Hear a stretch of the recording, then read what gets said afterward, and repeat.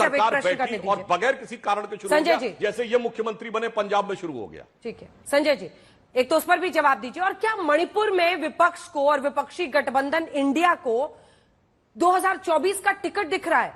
वरना गोलपोस्ट तो बदला है संजय जी आपने, इससे आप इनकार नहीं कर सकते। पहले हुआ कि चर्चा हो, जब हुआ कि अब सीमित वक्त के लिए 2.5 घंटे के लिए चर्चा होगी, तब कहा कि नहीं हमें अनिश्चित काल के लिए। फिर जब चर्चा के लिए तैयारी हो गई, हामी हो गई, तो हुआ कि पीएम को वहां आकर बोलना चाहिए, जो खड़गे साहब ने लिखा। गोलपोस्ट आप लोग चेंज करते रहे मणिपुर के मुद्दे पर। प्रधानमंत्री बोले, इस पर आकर पूरा मामला अटक गया और ऐसा प्रतीत हो रहा है कि मणिपुर का हल निकले, इसमें आप लोगों की रुचि नहीं है।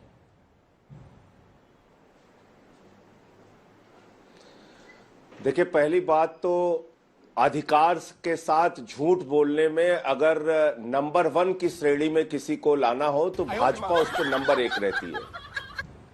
आप देखिए कि इनको पटना और बेंगलोर की मीटिंग में क्या चर्चा हुई, इसकी जानकारी हो गई है। ये पता हो गया इनको। ये उसके इतने बड़े ज्ञाता हो गए, बार बार कह रहे हैं मणिपुर पे चर्चा हुई दोनों मीटिंगों में। मणिपुर में मैंने सिर्फ प्रेस कितनी बार चर्चा हुई और कौन कौन बोला, इसको बताऊं आपके चैनल पे बैठ के? अरे भाई, अब आप देखिए, ये गलत बात है। आप बोल रहे हैं वक्तव्य की बात कही थी, मैंने चर्चा नहीं कही। बात हो रही है वक्तव्य, जैसे आज आप देते हैं। बीच में ऐसे बहस कराएंगे, ऐसे बहस कराएंगे आप? बोलिए संजय। नहीं सर, मैंने यही बेचैनी जताती है कि मैं आप बोल रहे थे, चुपचाप आपको सुन रहा था। ठीक है, मैंने जो भी क्लैरिफिकेशन हो उनके बोलने के बाद दीजिएगा। क्या मुझे नहीं बोलने दे रहे? सुधांशु जी, संजय जी, करेक्शन आप अपने टाइम पे कीजिएगा। मैं ये कह रहा हूं, दोनों बैठकों में विस्तार से मणिपुर को लेकर चर्चा हुई। आपके गृह मंत्री के सामने चर्चा हुई, जो एक जिम्मेदार व्यक्ति हैं, देश के गृह मंत्री हैं, जिनके जिम्मे देश की सुरक्षा है। उनके सामने हमने डिमांड की है। और उसको निकम्मा मैं फिर से दोहरा रहा हूं, जो व्यक्ति महिलाओं को निवर्स्त करके घुमाने पर यह कहे कि ऐसी सैकड़ों घटनाएं वहां हुई है, यह कहे कि वहां हत्याएं हो रही हैं, जो डिफेंड करे उसको, वो निकम्मा है। और आप उसको पंजाब के मुख्यमंत्री से जोड़ रहे हैं। पंजाब में जो कुछ भी घटनाएं हो रही हैं, उठाकर देखिए पिछले 1.5 साल में। आज पंजाब क्राइम रेट के मामले में सबसे नीचे के राज्यों में है। और आप अपने राज्यों की तुलना कीजिए जहां बीजेपी का शासन है। हर चीज में राजनीति। 78 दिन के बाद देश के प्रधानमंत्री बोल रहे हैं, आपको शर्म नहीं आ रही है? देश के प्रधानमंत्री दुनिया के मंचों पर जाके भाषण कर रहे हैं। 27 देशों में मणिपुर के बारे में चर्चा हो रही है। बॉर्डर स्टेट हिंदुस्तान का जल रहा है। आपको शर्म नहीं आ रही कि प्रधानमंत्री के मुंह से मां नहीं निकला? हर 14 दिन के बाद वहां के मन की बात करते हैं, मणिपुर की बात नहीं करते। आप इस बात से शर्मिंदा नहीं हो रहे कि एक कारगिल के योद्धा की पत्नी को निवर्स्त करके घुमाया गया? अभी भी आप डिफेंड कर रहे हैं बेशर्मी के साथ। कह रहे साहब 78 दिन के बाद हमारे प्रधानमंत्री ने पीड़ा जता दी। ऐसी पीड़ा तो हमने बहुत बार देखी है उनकी। 100 लोग मर गए लाइन में लग के, नोटबंदी के बाद गए जापान, कहने लगे बेटी की शादी है, पैसा नहीं है, माँ बीमार है, पैसा नहीं है, हा हा हा हा। और उसके बाद हिंदुस्तान आए, कह दिया बहुत तकलीफ है, बहुत कष्ट है, बड़ी पीड़ा है, मैं भावुक हूं, मेरी आंखों से आंसू आ रहा है। कोरोना में लाखों लोग मर रहे थे, बंगाल की चुनाव रैली कर रहे थे।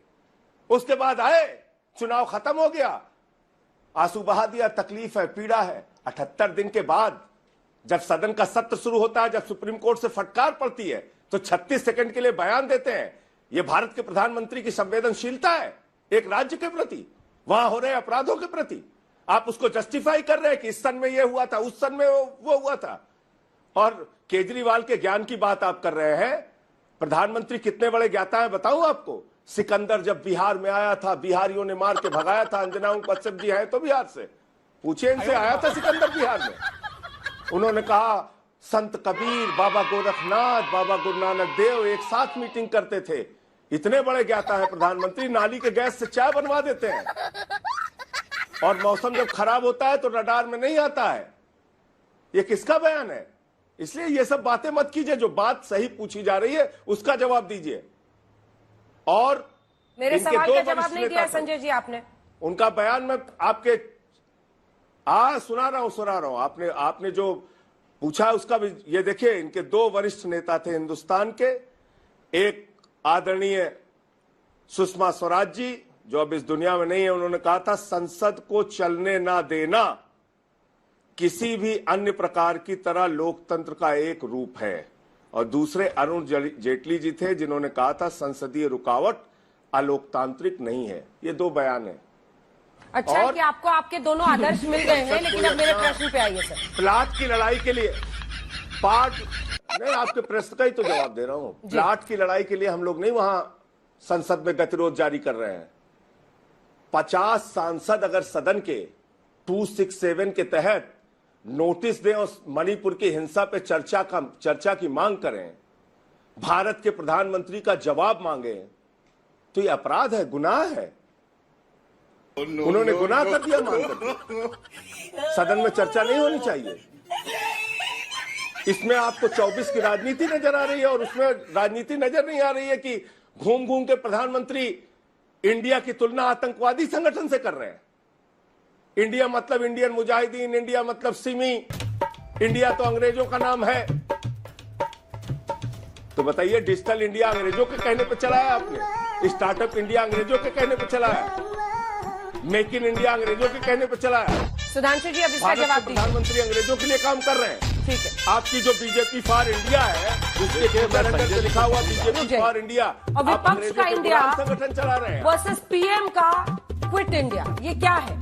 पीएफआई से तुलना करना, सिमी से तुलना करना, इंडियन मुजाहिदीन आतंकी संगठनों से तुलना करना।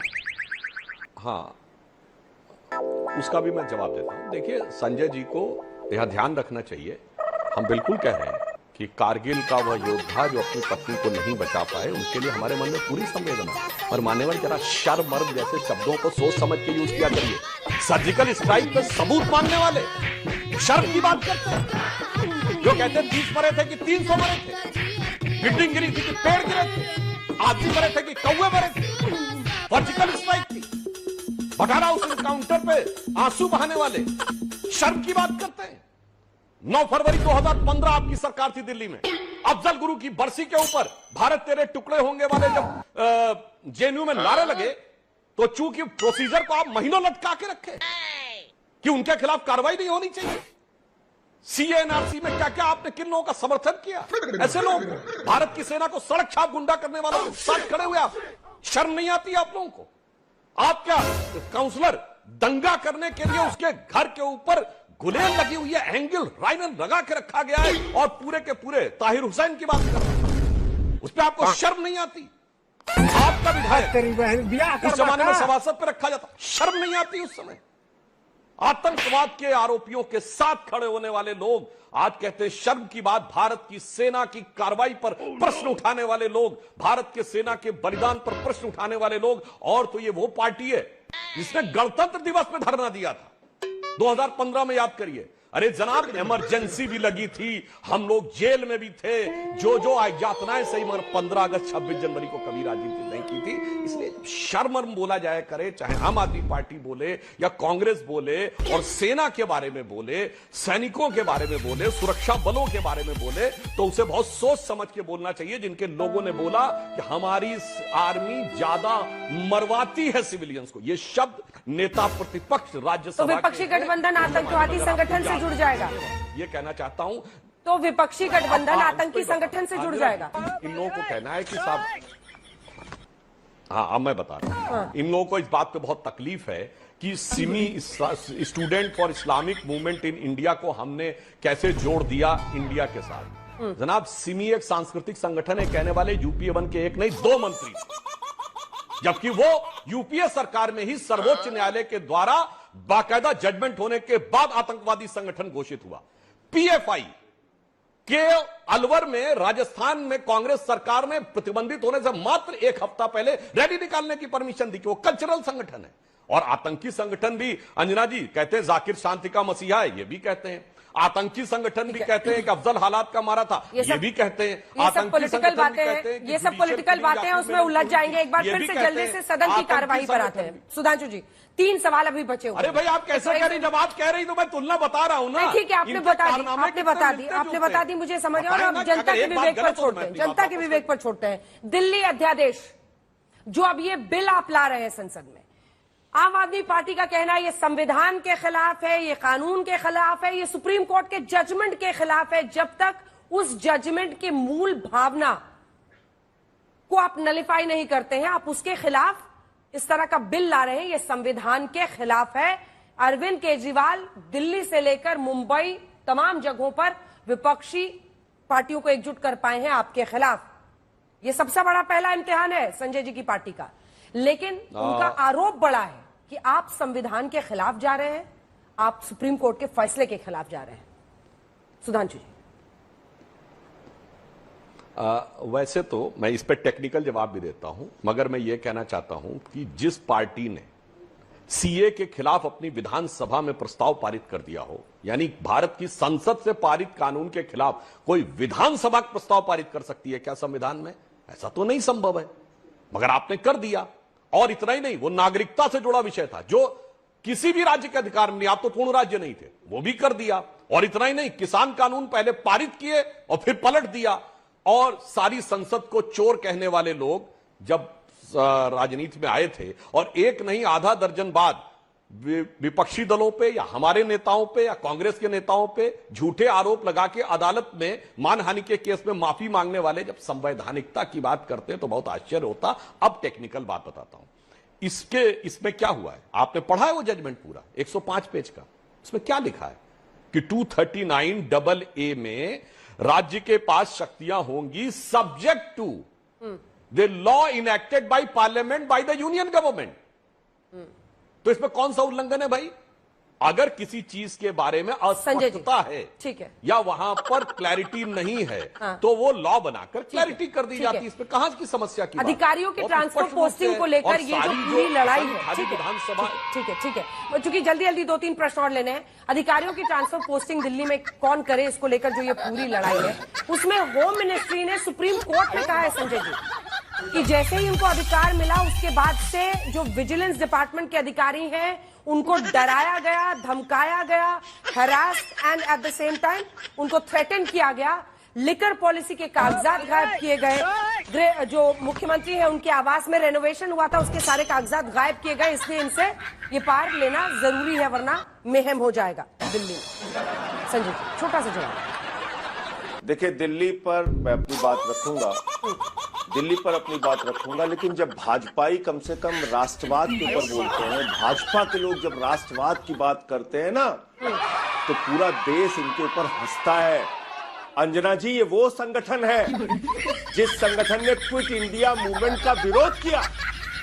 इनके पूरे संगठन को शर्म आना चाहिए कि श्यामा प्रसाद मुखर्जी ने बंगाल के वित्त मंत्री रहते हुए अंग्रेज गवर्नर को चिट्ठी लिखी थी कि हुजूर माई बाप, इस आंदोलन को कुचल देना चाहिए जो राष्ट्रपिता महात्मा गांधी के नेतृत्व में क्विट इंडिया मूवमेंट, भारत छोड़ो आंदोलन चलाया जा रहा है। ये वो संगठन है जिसकी मात्र संस्था आरएसएस 52 साल तक भारत का तिरंगा झंडा नहीं फहराया था। ये वो संगठन है जो अफजल गुरु को शहीद मानने वाली पीडीपी के साथ मिलकर सरकार बनाने का काम किया था। ये वो संगठन है जिस संगठन ने भारत की धरती पर पहली बार आईएसआई, जो हिंदुस्तान में आतंकवादी घटनाओं को बढ़ावा देने वाला संगठन है, पठानकोट में हमारे शहीदों की जांच आईएसआई से कराने का काम किया। अरे ये तो वो लोग हैं, प्रभु श्री राम के मंदिर में भी चंदा चोरी का आरोप इन लोगों के ऊपर लगा। ये वो लोग हैं, ऐसे लोग हैं जिनके ऊपर देश के प्रधानमंत्री 70,000 करोड़ के घोटाले का आरोप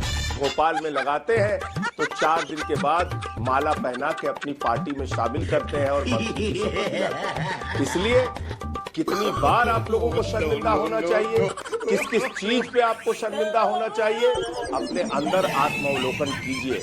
आप विजिलेंस डिपार्टमेंट के अधिकारियों को आपकी सरकार ने डराया कि पर दिल्ली ऑर्डिनेंस पे आ जाते सर, नहीं तो वहीं पर उलझ के रह जाएंगे। 3-4 मुद्दे। क्या आपकी सरकार ने, क्या दिल्ली सरकार ने विजिलेंस डिपार्टमेंट के अधिकारियों को डराया, धमकाया? शराब घोटाले के पेपर गायब किए, मुख्यमंत्री के आवास के रेनोवेशन के पेपर गायब किए, बहुत कर दिया। बिल्कुल। अभी आपको एक चेक करके बताता हूँ। अंजना जी, सुप्रीम कोर्ट का निर्णय आया 5 जनवरी, देश की सर्वोच्च न्यायालय, और एक बार पहले भी आ चुका है। 5 जजों का फैसला आया और सुप्रीम कोर्ट के 5 जजों का फैसला 8 दिन में ऑर्डिनेंस के जरिए इन्होंने बदल दिया और उस 8 दिनों में हम लोगों ने बिल्कुल सब कुछ तहस नहस कर दिया, बर्बाद कर दिया दिल्ली को। वो दिल्ली जहां के स्कूल को देखने के लिए अमेरिका के राष्ट्रपति की पत्नी आती है, वो दिल्ली जहां हम बिजली फ्री, पानी फ्री, शिक्षा फ्री, मोहल्ला क्लिनिक, इलाज, वो दिल्ली जहां माताओं बहनों के लिए बस की यात्रा फ्री, वो दिल्ली जहां 9-8 साल से लगातार हम मुनाफे का बजट दे रहे हैं, उस दिल्ली को हमने बर्बाद कर दिया जैसे ही सुप्रीम कोर्ट का आदेश हमको मिला। 8 दिन में हमने तास कर दिया। ठीक है, पता नहीं, मैं फिर यही कहूंगा कि ऐसी बातें कहने से पहले शर्म नहीं आती है। ठीक है। ऐसी बातें कहने से पहले शर्म नहीं आती। सुधांशु जी सिर्फ 2 लाइन का जवाब, फिर यही सिर्फ 2 लाइन का जवाब। वो कह रहे हैं आप लोगों ने काल्पनिक आरोप लगाए, इस देश के सुप्रीम कोर्ट को मानो, लोकतंत्र को काल्पनिक मानो, आरोप लगाए। 2 लाइन और व्यवस्था में, संविधान में यकीन रखो। ये तो कह रहे हैं संविधान से इंडिया हटा देना चाहिए, संविधान से इंडिया हटाने का इनके एक सांसद ने प्रस्ताव दिया। अब आप बोल चुके हैं, मैं बोल रहा हूं।